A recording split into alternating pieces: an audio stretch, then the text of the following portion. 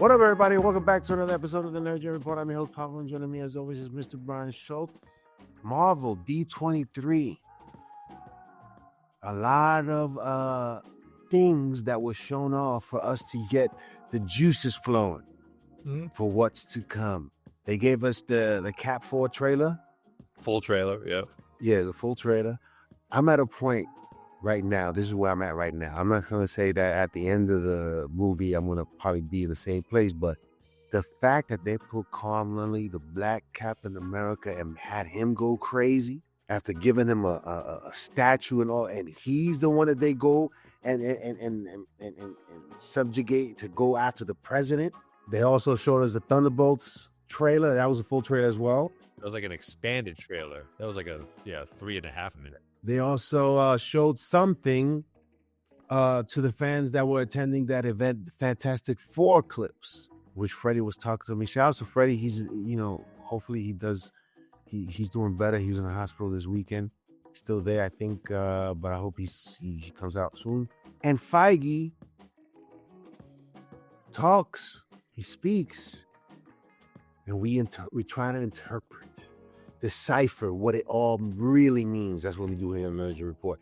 All right, D23 Brazil, Captain America 4 trailer. Brian, what you think? I mean, both these trailers, if I take away all the baggage right now in Marvel, are well cut. I mean, they're entertaining. I'm not gonna argue the point, right? Marvel makes good trailers. These trailers are well made. They show some very cool action. You kind of in two camps, right? Either I think you look at this and you see them trying to evoke the tone of Winter Soldier, and you feel like you're excited and things are going to get back on track, and this movie is going to remind you all some of the things you loved about Cap 2 and Cap 3 in particular. Or you're in my camp, which is you look at the splicing here and you kind of say, my core concerns are unchanged. The notion of what the leader is doing and how exactly that's being portrayed. We get some Tim Blake Nelson voiceover in this trailer. Still concerned about that. The usage of Red Hulk, the amount they're showing of Red Hulk already, I think is a concern for that character. And then I would say the degree to which the hero team looks like a rehash is a concern to me. Where it's Mackie is now Chris Evans, Danny Ramirez is now Anthony Mackie, and Shira Haas is now Scarlett Johansson. And you can see it. They all have scenes in this trailer where you could just Photoshop the characters right in and say they're doing the same things that their predecessors were doing. So I think there's some stuff that looks great. There's some Falcon effects in here that look cool. I'm not going to lie and tell you to be you're not seeing good stuff. I think you are. But I am still concerned about this story making sense and being as kinetic and tight the way that Winter Soldier was, and feeling like you walk out of that movie being yes, they have passed the torch successfully and done Anthony Mackie right, and we're off and running with the Captain America franchise again. I'm not there. That's not the movie that I would nominate for that. But it gives you the tingles, doesn't it? There's some excitement. There's some excitement. I mean, for me, the curiosity is for these movies is to see what they've done, what they've been doing all this time, and what is the result of it. That's, for me, is the curiosity that I have for this film. I agree, but I mean, I guess I'm countering is go back to our show when we saw the teaser for Wakanda Forever. We were salivating for that movie. I'm not saying it's a bad movie. It's not, but I'm just saying that was not a movie that reversed Marvel's fortunes. But the teaser is eye-openingly awesome. I thought one of the trailers for Quantumania looked awesome. That's what I'm saying. At this point with trailer versus output, I'm just kind of inherently skeptical. And with all we've heard about the production, and I'm still kind of struggling. When I see, that's the other thing. This movie still feels full to me. See, that's it. Winter Soldier to me is so sleek, man. That thing is a panther of a movie. Me and Freddie were talking about it. There's nobody. There's no excess. That is lean meat. That's lean meat that comes out. I asked Freddie, what was the end credit scene for Winter Soldier? And does it even matter? Was Bucky in the museum? It's Bucky in the museum with his hat. Yeah, that movie stands alone. You can make that movie anytime and it stands alone, and I don't have to see anything else. Marvel could have made no other movies, and that movie would still be a classic. But that's what I mean. There's no excess. None. Everything in that movie is welded together perfectly. Even the stuff that leads you to the next places. This one, it's cut and edited really well in the trailer. But like, think about everything that you're getting fed. Mackey's Cap, whatever the leader's doing. Harrison Ford as President Ross and Red Hulk. Shira Haas, new Falcon, Giancarlo Esposito. That's a lot, people, for 2 hours. That's a lot. It's a lot more than they asked of Chris Evans and Hugo Weaving in Cap 1, or as we said, what was in Cap 2. There's a lot here. And that's what makes me a little concerned that this movie, when you get to it, you're going to be like, wow, this thing is like heavily edited and kind of going in all sorts of directions. And it's like 2 movies or 3 movies instead of 1 that they're kind of trying to pack in here. And I think the same goes for Thunderbolts, doesn't it? A little bit. Thunderbolts, this trailer to me evoked a slightly different feeling than the other one did. I gotta be honest. The other one felt like it were trying to do, the first one felt to me more like they were trying to do like Winter Soldier with more humor. This one felt a little more like Suicide Squad to me. I don't know if that was the only one that got that vibe of like when they're showing them in the room and then they're kind of fighting each other and like, I don't know. There was something about the way this one was cut where I was just getting those vibes of especially the gun Suicide Squad, which was the kind of the lighter one versus the David Ayer one. I was just getting that vibe of like, this one is a little, I mean, I didn't want to say goofy because I don't think the footage was goofy, but like, it looked good. It just felt a little more, yeah. I mean, I feel like the movie is just going to be more of that. More David Harbour being funny, action sequences, punch this, and there's not going to be a lot of substance to this. So I don't know. See, that's why it still feels like a Disney Plus show to me, because I'm like, I'm watching all these characters on screen, and I'm like, individually, I think only Florence Pugh would be one that I would like I would be okay spending time with on the big screen as like a star of something. Everyone else definitely feels like, you know, what they are, like 3rd or 4th build character in the story from which they came. And it's kind of the idea that if I put all these together, now I have a top tier team that I'm supposed to be fired up about. But I don't know. To me, these feel like you're taking a bunch of characters who would be more apt to be in a TV series and then putting them in a movie when they probably belong in a TV series. And like I said, I know I've beaten that horse to death, but you know, but you're right. I mean, it doesn't look bad. I'm not saying it looks bad. Like the sequence on the road is you know, looks fine. You know, the sequence they show of like when they're fighting each other in whatever base that is where Sentry's locked away, like, you know, it looks okay. But I don't know. I don't know either. I just, yeah. It's just a movie that put a bunch of Easter eggs and put a lot of characters in there, and it's, I don't know. It doesn't feel grand, I guess it would be my description. It doesn't feel grand to me. Like the team movies, I think you want to feel, you know, you kind of want to feel like you're at the Super Bowl a little bit. And this kind of feels like the preseason. It just doesn't quite, I just don't feel the stakes. Maybe because I don't understand the story, but I don't feel the stakes in this one. Like, I do actually feel some stakes in the Cap 4 trailer. Like, I think they're a little maybe out of whack, but I do feel them. I feel the gravity of it. This one, I'm kind of like, I'm not sure. Like, I'm just not sure what we're doing. Freddie also asked, if both these movies don't do well, are we going to really care about further projects leading up to Doomsday and Secret Wars? So, I think it's not as bad as the remnants of the DCEU, but I do think there's a line of demarcation after Thunderbolts.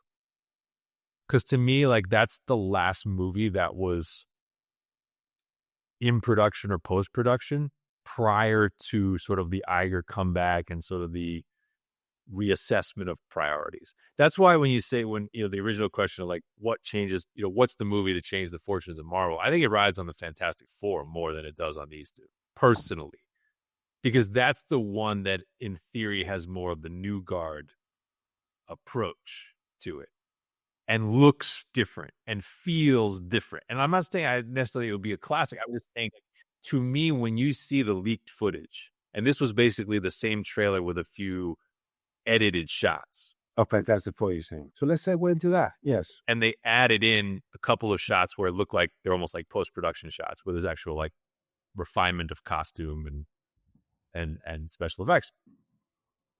There is something different there, which has me interested. I have my concerns, like with Galactus and the Surfer, but the motif of the Buck Rogers of Lost in Space of 2001, like that's interesting to me.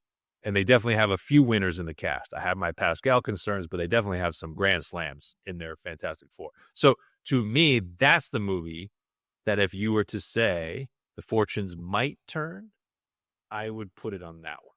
Because I also think that movie leads you to the future. Yes. Right? Like everything else we're talking about is heading toward the Secret Wars ending and reset. That's like looking backward. Fantastic Four is the only movie we're getting that's looking forward, in my opinion. I think Fantastic Four is that MCU or that world, that universe will be the MCU 2.0. Freddie's still not convinced about Pedro Pascal. I'm sure you're not. I'm not. All right. But I like the Feige. I just say I like the look of the movie.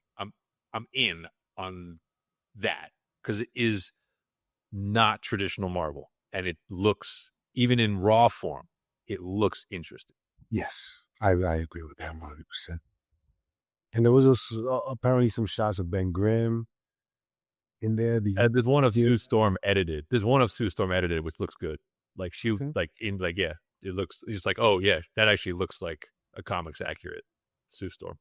Lots to look forward to this Fantastic Four film. A lot to really, after this movie comes out, discussions about whether Pedro Pascal actually changed Brian's mind and other people's mind, because a lot of people don't. You know what? And I want him to. Look, I mean, listen, if we were doing this show in 2006 when they cast Heath Ledger, I'd have had the same like Chris Nolan's feeling himself like discussion. And then we would have seen that. Honestly, that first teaser where I heard his voice, I would have been like, oh. I didn't have to see him. I was just hear him. I was like, okay, I'm in. But yeah, there's an example. I couldn't conceive of what he could do, and then he did it. So I'll be the first to admit. Feige. Where do you want to start? Wherever you want to start. Well, I honestly don't know. Want to start with Blade? We got to start with Blade because it's just like, you know what? Everything else to me, like I'm happy to talk about, but the Blade propaganda, it's just it's getting on my nerves. I mean, I didn't even think Feige's defense of the project was that. No, he's just been saying what he was saying for years already.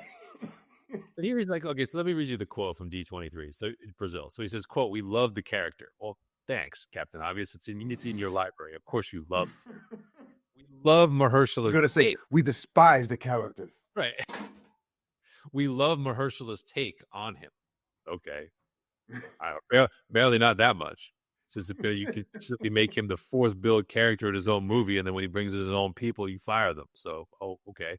Rest assured, I don't even understand what this next part means. Whenever we change direction with a project or are still figuring out how it fits into our schedule, we let the audience know.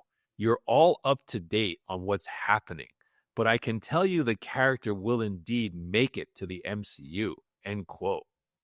Well, we know there'll be another Blade movie sometime in our lifetime, okay? So that's not exactly news. But listen to this part again. Figuring out how it fits into your schedule. Dude, you're the guy who gets up on stage with a timeline of nodes out 10 years, and you're telling me that you don't know where this project fits? That means you have nothing. Shout outs to Melvin, because I know he has a lot of hopes for this movie. His response was, "Jesus heard me," and there you go with Kevin Feige a quote. He hasn't, he hasn't said anything to give you any hope other than they're still thinking about it. What they've been doing is nothing. They've been doing Iron Man, bringing back RDJ to play Doom. He's figuring out how to get that right, because that's what he's saying. Like, right, but this is a guy who, in interviews, and please go back because he makes plenty of public appearances. This is a guy who, when he speaks about projects, always teases you with, "We're working on this. We have a plan for that. We may have thought of that already." He's telling you they don't have any idea when or how they're going to make this in a public forum. That's what I'm saying. Like, the Mousaganda is we love the character, we love Mahershala's take. Come on, man. Like, yes, of course you love Blade. We all love Blade, the character. We love Mahershala's take on him. Like, it's just, don't insult my intelligence. Like, if you love his take that much, we'd have a Blade movie. Yeah. And like, there was a rumor talking about that Blade might sneak into one of the 2026 like kind of unnamed slots. But this Variety story, which kind of I'm getting these quotes from, which came out of D23 Brazil, was speculating Blade might occupy one of the 2028 slots. I know Black don't crack. I know Black don't crack, but come on. I mean, Ali is not. What? How old is that? So he's 51 now. So that would be 55 by the time you see him the first time. And that would be 10 years since he took the part, which is, I wasn't aware that trying to break the Dwayne Johnson record for longest period between you sign on to play a comic book character and you actually play a comic book character was a goal here. But apparently we're going to get close if that's the case. And that's a might. That's the thing. Like, that's Variety saying they might get it in by 2028. If I'm listening to this, if I'm Ali listening to this, and I'm not in the room, and he's here in 2028, I'm saying I'm out. Right there. I'm telling whoever's around me, I'm out. I'm done. It's gonna do the whole Jurassic trilogy by then. I saw somebody online that said, which is very appropriate, that said that it was just a random person posting on somewhere else, kind of saying that when they do this movie, they should subtitle it Blade Skating Uphill.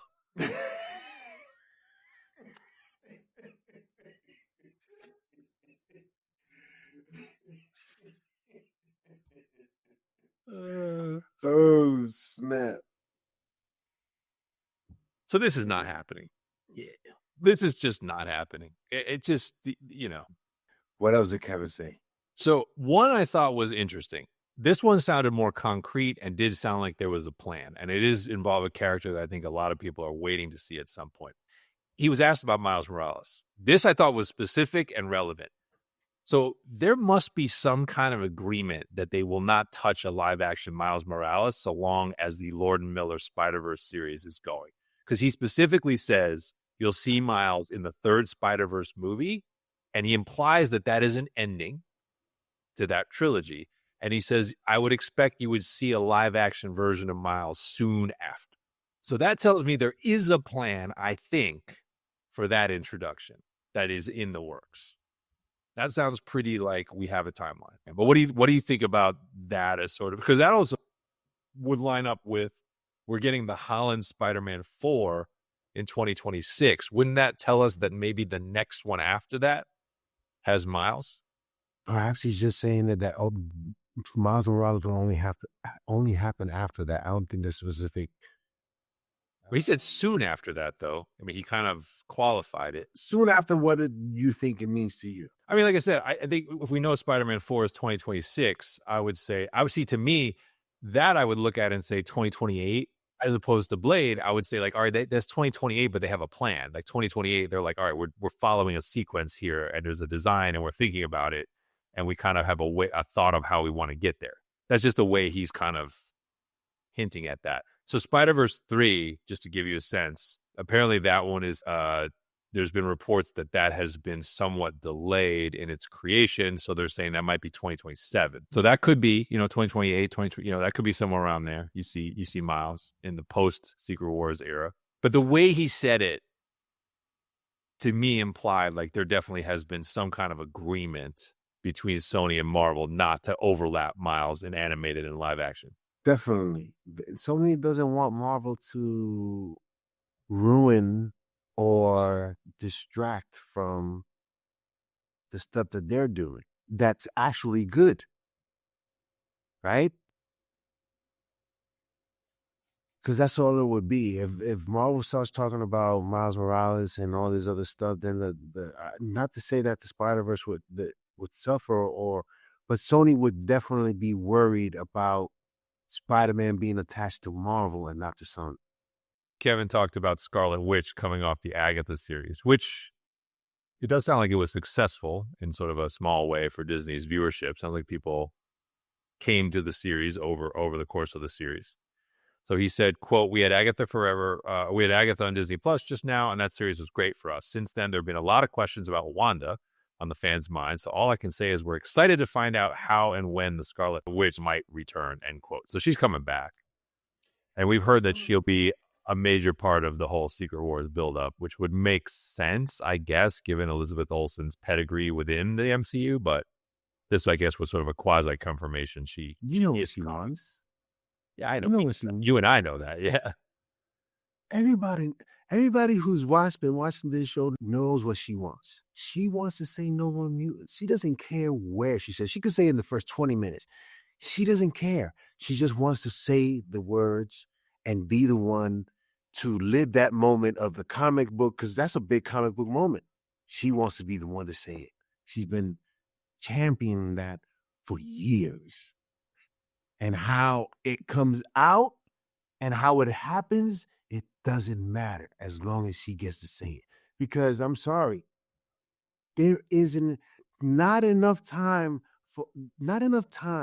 has passed for us to be with the mutants and see their struggle and see whatever happens with them, for us to just turn around and go say, no more mutants? I haven't made my $1 billion yet. What are you talking about, no more mutants? So I think she just wants to make sure that no one else gets that territory from her. I think even if she has to stay 10, 12 years, she just wants to, she's going to be boxing out around the basket for as long as it takes. And that's fine. But don't rush no more mutants. Don't rush it. Don't rush it. If you do, you will lose a lot of for me it will be over. I'm out now. That's it. I've had it with this jump. But I would be like, forget about it. I have to move away. All right, so let me give you one more on the movie front, which is like, I don't know. It just it's Mouse again, man. All right, so here we go. Last quote. When we were prepping for Avengers Endgame years ago, it was a question of getting to the grand finale of our narrative, and then we had to start all over again after that, Feige said. This time, on the road to Secret Wars, we already know very well what the story is going to be until then and afterwards, and the X-Men are an important part of that future, end quote. So the X-Men part I don't question. I think that's probably legit. The part that I have a problem with in this quote is we know very well the story up to Secret Wars, considering we know that Jonathan Majors was the linchpin of that story. And they completely had to redo that to where now we have RDJ as Doom in a whole new iteration of that story. So how can he possibly tell us that they've known all along what they were going to do up to Secret Wars when they had to literally change out the villain of this entire arc? I don't know. It bothers me, man. It bothers me when you say stuff like, it's okay. Just say the truth. Just say, like, we had to make some major adjustments. We're fortunate. I think fortunate RDJ is around to help us. Like, it's fine. Why are you trying to play it like you had this, like, Yeah, like you had a plan. Nah. Like what you had Jonathan Bethesda on a trap. He wants to dispel the notion that James Gunn has said in the past that Marvel doesn't have any plans with their movies. The scripts are written, and even the MC, the book. That's my point. Who cares? The fact that they didn't have as much of a cohesive plan from day one just makes what they did all the more impressive. That's not something to be ashamed of. It's okay, Kevin. It's okay. Look at me, Kevin. It's okay. Yeah, where's Obi-Wan? Trust your fear. It's okay. Like you can, you don't see. You got Hollywood that you have to say these things to make it seem like everything is okay, and we know everything is not okay. Every time you talk about Blade, you know how crazy you look right now, yo. That's what I mean. It's like it's almost like he's feeling the heat of his prior successes and feeling like it. I see it too. Like you see it in like what the rumors about, like, oh, he wants to outdo the portal scene in Avengers. And I'm like, that's the part of Kevin that worries me. It's like he's feeling the pressure of his own success and his own legacy. And I'm like, you can't do that. Like every season, every championship is its own journey. Like it's okay. Like you don't have to do that. We're not looking for you to recreate portals. That was a once in a lifetime moment of fandom. To try to recreate that is it's just literally an impossible endeavor. That's not something you should even be thinking about. No.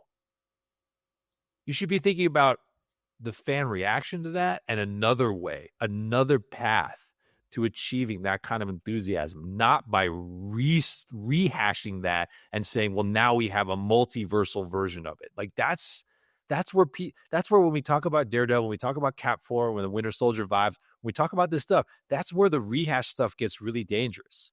Because it's like, it is very tough to top an original like that. You can come off with cheap imitation vibes, and we don't want. Yeah, let us know in the conversation below what you guys think of the announcement made at Marvel D23 in Brazil. What did you guys think of the Captain America trailer? Carl Lumley. I'm tired of them taking our leaders. I know you are too. They'll see in the scene of the trailer. I was hoping for him to like to ask Anthony Mackie. He's like, they didn't take my monument, did they? It's gone. It's gone. Sitting next to Dwayne Wade's statue. Anyway. Yeah, let us know what if you're not excited for Fantastic Four. I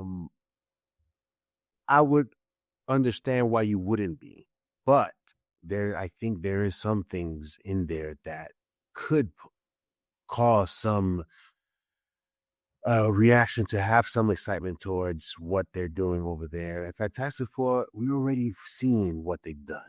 So the excitement to see what they will do with the MCU's hands on it. My only thing is stop showing Galactus, please. We already know what he's supposed to look like. We already know that you're not going to make the same mistake. Don't go crazy showing him in everything now. Yeah, don't Red Hulk it. Don't Red Hulk it. We don't need it. Yeah. And don't Mayor Humdinger this guy. Next up, Star Wars. Oh, speaking of propaganda. Okay. Kinberg Trilogy. Kinberg is the guy that directed or was he was involved in Deadpool, correct? Right? Oh no, I thought no. Think lower than that. No. What was he in? Well, what did he do? It's not totally fair to pin this on him, but he most recently was the writer and director of Dark Phoenix. Fine, I don't mind that movie that much. The only we went to see it together. Yeah, the only reason why that movie wasn't well received, all the Fox stuff had happened. It didn't matter. But go ahead. In fair, I don't want to. That's what I said. I don't want to totally put all of that on him. So you're asking about his. So with Deadpool, he was a producer. He was not a writer or a director. That's why you heard his name. He's been involved in the X-Men franchise for a long time. So good and bad. So you say like he wrote Last Stand, not great. He wrote Days of Future Past, Nice job. He's been a producer on X-Men movies for a long time. He does also own the writing credit for the Josh Trank Fantastic Four. So, point is, when it comes to comic books, inconsistent. The real question here is, what exactly is he making? There is a lot of smoke around this. So what was announced, and by the way, like, this is, we need some Palpatine clips, Kathy. Darth Kennedy. Her approach to this has always been like, she gives you the creator and then the general idea, and these things don't happen. Like, remember, like, Patty Jenkins climbing into his X-Wing, and then, like, Rogue Squadron died, and then now it might be coming back. And then, remember, like, Benioff and Weiss came off of Game of Thrones, and they were going to make a trilogy, and then that didn't happen, and now they made 3 Body Problem instead. And then Rian Johnson off of Last Jedi was going to make a trilogy, and he did make a trilogy. It was Knives Out trilogy. He didn't make a Star Wars trilogy. So she does this over and over again, where, like, she announces a creator, and then we just hope and pray we get it, like the James Mangold Origin of the Force biblical epic, right? Like, this has happened over and over again. But this announcement is like, I don't even know what, this is like a late hit out of bounds on the Star Wars fandom, because the Kinberg trilogy, which is being reported, is rumored to be the Skywalker Saga episodes 10, 11, and 12. I've had it with this jump. And Daisy Ridley is starring in them. That's it. Which means New Jedi Order is toast, because there's no way they're going to do that movie and do these 3. So that means that whole angle, there might be more smoke to that fire. That, remember, the Peaky Blinders writer quit. Like, so that movie seems to be finished. And now we're doing this instead. But Pablo, how many times we talk about this? They can't get away from this thing. We gotta get out of this town. You need the Thanos quote. Like, they can't get away. What do we do? We don't even have any Star Wars Skywalkers left. What Skywalker saga are we telling? I don't. And then it can't be from her. She's now Skywalker. It's a lie. If nobody else does it, I'll do it. I'll scream liar in the theaters. No, that's like, that's nice that you want to live up to their ideals, but you're not. And she hasn't proven herself as a Jedi yet for us to be like, yo, Rey, you mess with. Like, come on. I mean, she's done some pretty. She's had some pretty dope scenes, but not enough for us to even care. Hence why we're here. But now I don't know where we're going. We're digging the grave deeper. Like, this didn't end on a high note. The worst thing you can do is try to, like, undo or make amends for that by making 3 more of these. It reeks of desperation from Kennedy. And this is a sign, and this is a done deal. Well, he's signed to make a trilogy. Again, I just gave you a couple of trilogies that they signed previously that never happened. So, there is a little question as to whether this is Skywalker 10, 11, 12, or whether it's some other trilogy, like the Benioff and Weiss trilogy was supposed to be. So the Benioff and Weiss trilogy, that idea basically has become the Mangold movie. Like, they were exploring Origins of the Force too. I don't know what the Rian Johnson trilogy was supposed to be. We never heard. But so there's a little bit of question as to whether this is Skywalker 10, 11, 12. But there's a lot of rumors already saying Daisy Ridley is in these new movies, which would clearly lead you to they must therefore be sequels to Rise of Skywalker. This doesn't hurt the excitement level that we have for Andor. But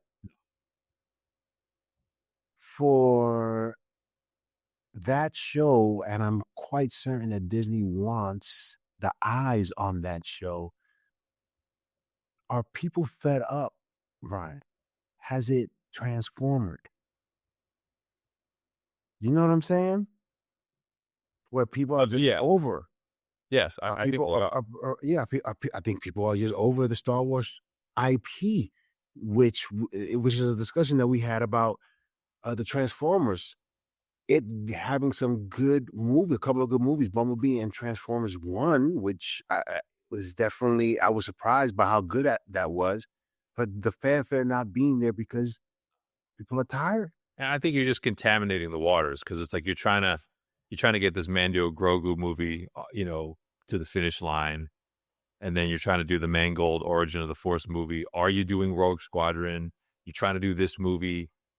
This didn't work 10 years ago when Star Wars was in a much better place and they started to do the Rogue One and the Solo, and they kind of wanted to do that Star Wars movie every year interspersed with episodes 7, 8, and 9. That failed in a world where Star Wars was where Star Wars' sort of popularity was higher. Like now Star Wars is a mess, and it's been a no-go on the big screen. And if her solution to this is to throw Mando Grogu, Origin of the Force, Rogue Squadron, and another Skywalker movie at you in the next 4 years, how is that going to service any of those projects? Someone's got to take the keys away from her, man. That's it.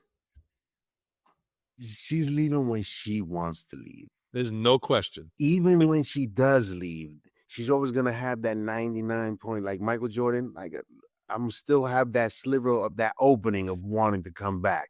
And you're going to have to let me in. You know why? Because I know everything. No, there's no question. Her leverage somehow is unassailable. They just can't. They cannot get her out of the building. I can just see her playing with these dudes. Like, I'm going to tell them next week I'm leaving. Let's see what happens.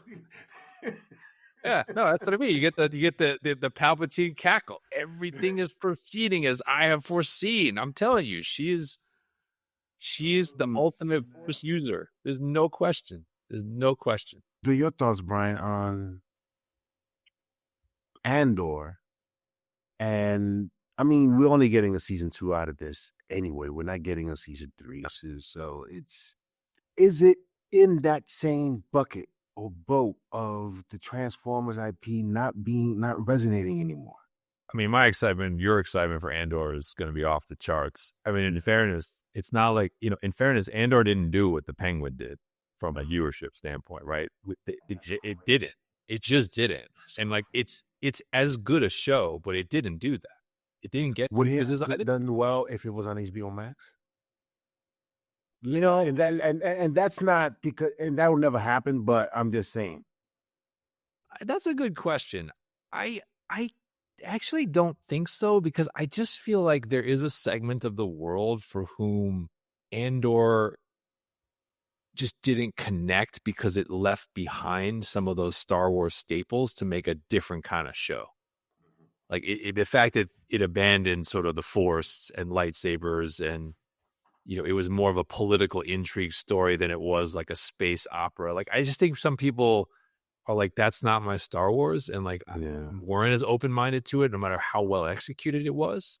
So it just never quite reached that. I do think season 2 will be a bigger event than season 1 because it is more of a proven commodity. Mm-hmm. But I find it hard to believe that we'll be talking about the week-to-week viewership the way we talked about the Penguin, where like that just kind of took over people's consciousness. I don't think this will do that. I think this will be like, those of us that love this will probably love how Tony Gilroy finishes it, but it'll kind of come and go in the grand scheme of this. Yeah, let us know in the conversation below what you guys think of this trilogy, whatever it may be. God, no. Not a lot of people talk about Andor. I'm wondering if any of the people that watch our show that have watched Andor, and what do they think about it? Listen to the conversation below. Shout out to that. Damn, I gotta find that guy, that subscriber. I sent you a YouTube video, Brian, of the show that I mentioned. Remember? The dude with the energy dude. That was cool. Thank you. Auto Man. Yeah. Remember that? I did not remember that show. So, but you never saw it back in the day? I did not see that. I saw it a couple of times. And I remember the time I said, I'm out. I remember, Brian, I can tell you. There was an episode he was chasing somebody. And because this guy has a fast car, can get to places real quick, he wasn't catching up. And I was like, what is this? I thought he fast. I'm out. And that was the last time I saw it.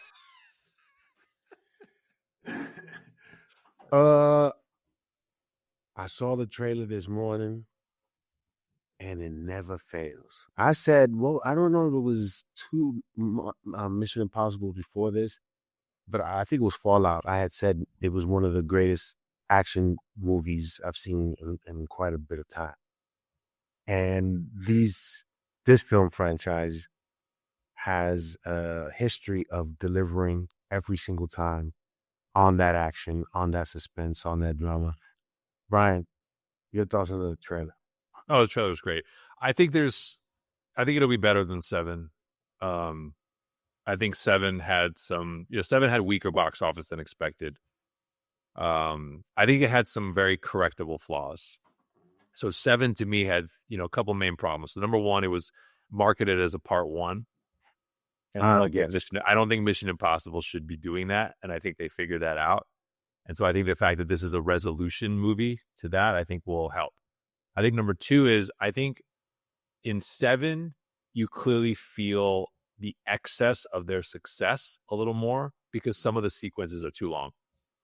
They're really good sequences, but they just keep going. The car chase keeps going.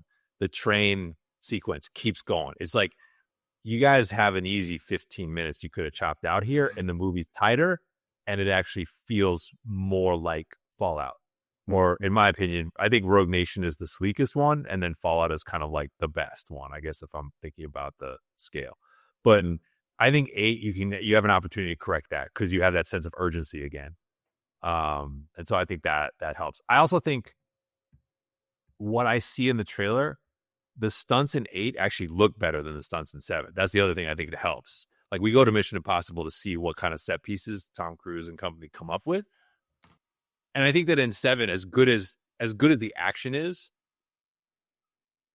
it wasn't necessarily the best originality. Like, right, so they made a lot out of this motorcycle jump off the mountain, which you get at the end of 7. But I think if I was being, like, when I step back and think about it, like, I think some of what they pull off, like in 4 when he's climbing the Burj Khalifa, I think in 5 when he's hanging off the plane and he does the underwater sequence for 3 minutes. I think in 6, the kind of the halo jump, the bathroom fight, that car chase, and even the final sequence, sort of like of him in the helicopter and fighting. Like, to me, those sequences are better. Like, they're more originally conceived than what Dead Reckoning had. So when I see this trailer, something like the biplane chase, like, that's what I'm talking about. Yeah. And we know, actually, Macquarie said this. Macquarie said there are things they filmed thinking it was going to be in 7 that they pushed to 8 because they were so good. And I think you feel that in this trailer. Like, there are definitely aspects of action where you're like, this feels more like what I would have expected and than what I got in 7. Because, like, 7 got really good reviews, but I have to be honest, like, I've gone back and rewatched it. It's not as good. I think it's a little overrated by the critics. Whereas, like, 5 and 6 to me are like it. Like, that's, and the box office reflected that. So I think 8 will be a send-off. But you did make a very accurate point, and it's funny you said that about the trailer, because I remember feeling this way when he did his stunt at the Olympics in the closing ceremonies, which is, Tom Cruise is old, and we've known that he's old, but he is finally starting to look his age. Oh, yeah. Which means, like, we talk about the believability. I'm interested to see if they incorporate that into this movie, because I do think he is no longer the Ethan Hunt who should be able to kind of go forever and get up from every shot like he's okay. And I think and running, I know he can run, but like they got to get to that point where like his mortality is kind of part of the fight. I think that will be interesting to see if it is, whether he'll allow it, because I think that's a question. It's not a great parallel because it's not the same kind of movie, but like one movie that did a really good job of this is Star Trek VI, the last Kirk, Spock, McCoy movie, Undiscovered Country. Those guys are old in that movie. And that movie is really good, in part because they play upon the fact that they're old. Like, they make that, like, they integrate that into how the characters act, how the action plays out, and it really helps the humor and the believability of the movie, because don't see them trying to do something they would have been doing 20 years earlier. And I realize Cruise, you can't do that because he's got to do these like death-defying stunts. But look, like he's in his 60s. He's fighting a guy in Isai Morales who's also not young. Like, you know, this should not be Bruce Lee and Chuck Norris, right? Like, we need something here to see. And I wonder, because there's a shot in the trailer where it looks like Cruise is dead underwater and then resuscitated. And it made me wonder if they are going to do something to the effect of like he overestimates his ability to do something, which would be good. I think that would help this movie. Yeah. Yeah. So shout outs to, what was his name? Morales was his first name? Isai Morales, the villain from the first one. He played La Bamba, right? Rich's brother? He didn't know. Lou Diamond Phillips was Richie Valens. You're saying the brother? Yeah, but his brother. Yes, correct. Drunk. Yes. Yeah. He was in Ozark too. Oh man, let's wrap this one up. On a low note. When are we gonna start asking ourselves, especially people who are supposedly businessmen are in it to make money? 4-quadrant franchise with merchandise. While you talk about some of the things you talk about with Red One and the reviews that it has gotten, Brian, you would think that these people went in there looking to hate this movie by some of the stuff that they said in terms of reviews on Rotten Tomatoes. I'm trying to understand why executives keep giving money towards a project that I can tell you from your pitch. Yeah. Hell no. Yeah, I with you. Unless you're Chris Nolan, you know, yeah, whatever. Yeah, but see, Chris Nolan's version of this movie, he's like, listen. I got the new IMAX tech. Santa's sleigh is gonna move like you'd never seen before. We're gonna actually see it. Did you believe Christmas can? You know what I'm saying? All that. Because you believe Santa can fly, you will believe. Come on, man. It's like when you see the trailer, I'm trying to understand why we're seeing this. Why are we seeing this? And then you seeing playing this part as someone who is not interested whatsoever in this, saying garbage as lines. I'm sorry, they're garbage. Yeah, I agree. So we got a $250 million budget, plus marketing, theatrical release. Rotten Tomatoes right now is at 32%, which even by The Rock standards, as we said, that's low. I mean, The Rock is trending lower, right? It used to be that kind of every Rock movie was sort of around 50, maybe 60 if he had a good one. Black Adam was more 40. Now we're down to 30. Like, it's definitely showing that. And when you watch this trailer, I think you feel it. This movie feels like something out of, I don't know what year you want to pick, Pablo, but it feels like it's like a 2009, 2010 type of movie. Like kind of average to below average CGI, trying to be like family friendly with some cheeky one-liners. And then you're relying on the star power of Dwayne Johnson to kind of put this over the top. And nothing about the trailer looks exciting. Looks much more like a movie, honestly, that Amazon would put on Prime Video and have made for like $60 million with a cheaper cast. But you said it. Some of the reviews are pretty funny. Like, to be quite honest, like they're going to be more funny than the movie, I think. Like, here's a good one. I'm not going to give the names. I'm just going to read the headline. Quote, unfunny action comedy can't even pull off sloppy Yuletide kitsch. The anti-chemistry among its likable stars is bested only by the ugly CGI. Have some light festive violence, for kids. 1 out of 5. I'll read another one. It's a film so bereft of genuine emotion that I can't imagine even the most desperate Christmas fans getting anything out of it. Why bother scaring kids with lumps of coal when the alternative is to make them sit through this mess? Why are we here? Red One? I don't know. I'm interested in... I'm just like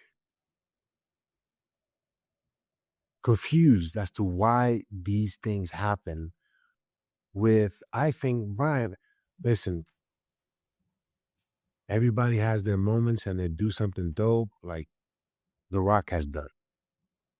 But he hasn't reinvented himself since he left the WWE. He's the same guy in every thing that he does. Yep. Everything. He could be the janitor. He's going to be The Rock the same way. Nothing changes. Yep. Only a few have been able to get by doing that. I don't know how The Rock continues to do so, because Red One and his other movies. What was the other one? Red Notice. Well, I was gonna say there is. I think when I see the reviews for Red One, that was actually the movie I thought about more. Like not so much Black Adam. I thought about Red Notice. Because Red Notice was a very expensive movie on Netflix with Dwayne Johnson, Gal Gadot, and Ryan Reynolds. And it's amazing because pretty much everything Ryan Reynolds has touched in the last 10 years has turned to gold, both in cinema and out, except for this. And you can tell in that movie, and I've seen it, if you can tell in that movie, he does not want to be there. Like Ryan Reynolds. Okay. Ryan Reynolds he's a high energy guy. You know, whether you like his shtick or not, that guy always seems like he's bouncy, bubbly, and in the moment. He looks so bored in that movie, delivering his lines. He's like, when is this over? Gal Gadot was riding really high when they made that movie. That's like pretty soon after Wonder Woman that went into production. She is just laboring through the dialogue. And The Rock's being The Rock. And you can kind of just feel like The Rock's weight, pun intended, on the proceedings, right? It is his show, done his way. And this movie feels very much the same. It's like it's the same machine that gave you Rampage. It's the same machine that gave you Jungle Cruise. It's the same machine that gave you Skyscraper. These all San Andreas, like these movies Truck Driver. they all feel like they're coming out of the same factory, the Rock factory. But that taste, like cinema goers' taste, has evolved past that. And he hasn't. And you're right. Like, now granted, this movie was already well into production by the time Black Adam came out. And I had sort of theorized when Black Adam failed the way it did that we had seen the peak of The Rock's power in Hollywood. I stand by that. This movie is actually, you can't qualify that because it was already done, right? They already made it. So, and he's trying to hang on by going back to the things that have worked. That's why, he'll obviously have a hit with Moana 2 with his voice. That'll be a hit, not because of him, but it'll be a hit because of the franchise. But like you saw, like when the press around this movie started to go south, what's the next movie he announced? Jumanji 3, right? He's going right back to the franchise that gave him some of his biggest box office success. But I bet you the box office for 3 falls off a good bit from 2 because he's going to make the same kind of movie. And now we're 5-6 years later and people are like, I've seen this before. Oh, I forgot he's doing the live action Moana. It's happening. He's filming live action one? Yeah, it's like happening. It's like before it's in production. So I think it's going to happen. So but the live action and then but Moana 2 is when that one is supposed to come out. Thanksgiving, coming out in a couple of weeks. Wow. Okay. Yeah. Yeah. No, Disney's going to have a fine holiday season because they get Moana 2 and Mufasa. Oh yeah. So they're going to have 2 mega hits there. But when does Wicked come out? November, same day as Gladiator, November 22nd. Ooh, I got my tickets. You got your tickets? I haven't got my tickets yet, but I will see. You're going to be going with your wife? She'll want to see it. I might see it first before I see it with her, but she'll want to see it. So, but anyway, so Red One, I am going to see it. I'll see it for this show. I told you I would go see it. I will go see it. So even if Pablo doesn't see it, I can give you a review, just so we can have a little fun with it. But yeah, it's disappointing. Chris Evans is a talented guy. J.K. Simmons is a talented guy, and even Dwayne Johnson is a talented guy. It is a shame to see talent's wasted on stuff like this. Thing about that statement, Dwayne Johnson is a talented guy, is that I haven't seen this talent that everybody says that he has, other than when he was starting out, when he was given these roles. Some he took, some he shouldn't have taken. But then he decided to do his own thing, and hence we got The Rock. Yeah. But he hasn't displayed, and you've talked about this before, he hasn't displayed what he's capable of because he chooses to be this guy. The indestructible, can't play around with, the cool guy. That's it. He's supposed to be on his list. There's a movie, Brian, that I said that I've been wanting to see. It's Big Trouble in Little China. That's not happening. I don't think that's gonna happen. And you know what? I wanted to see it happen, to see if he would be able to outdo what Kurt Russell did in that movie. There's no. But that's the whole point, Ryan. I don't think he believes he can do it himself. Oh no, I think he does believe he can do it himself. I think he always thinks that. I think that's why he does the movies he does. But he's the same guy. I agree, but I'm saying I think he always thinks that's what people want to see. I think he does not listen to anyone in the room who actually can convince him to take real direction and become someone else. Now, there is a movie he is filming where maybe he did listen. And I'm skeptical, but we'll see. And it's called The Smashing Machine. And he plays wrestler Mark Kerr, and he's directed by the Safdie brothers. That is the first time in like 15, 20 years where he actually did a project where I was like, oh, interesting.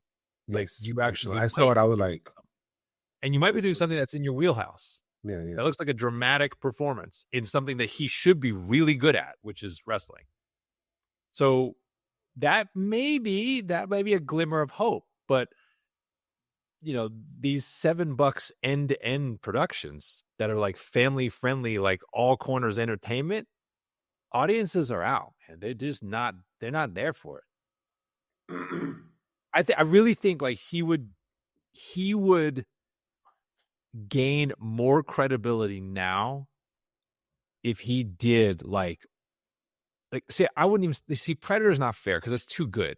Yeah. It is. It's beyond his reach. It's too good. It's too much of a team movie. He would never do that.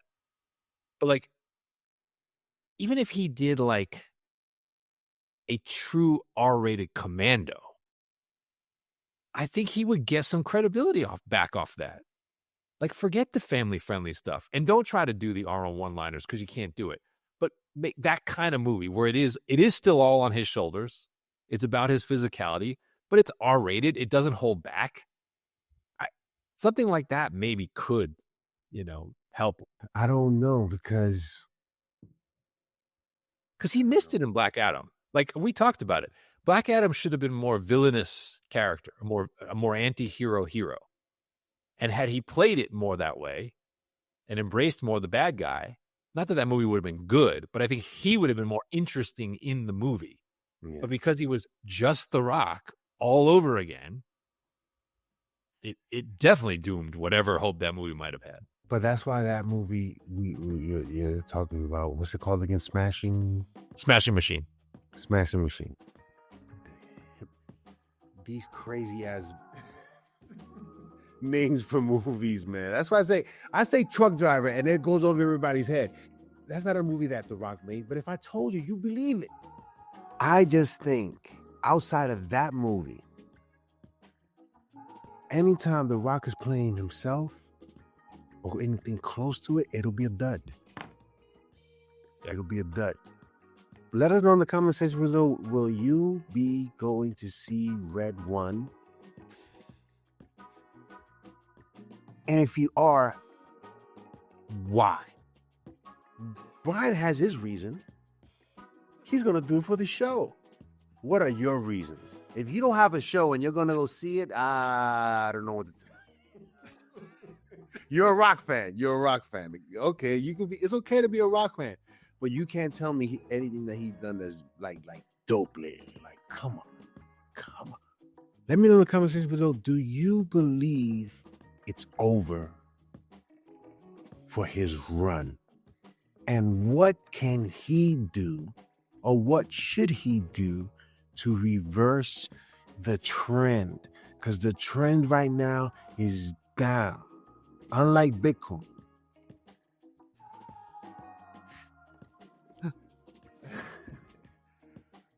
So yeah, let us know in the comment section below what you guys think of all of what we've discussed.